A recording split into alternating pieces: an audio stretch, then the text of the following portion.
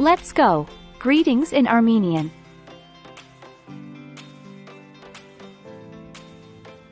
Hello everyone and welcome to Languages with Laurel. I'm Laurel and here's a quick little language bite.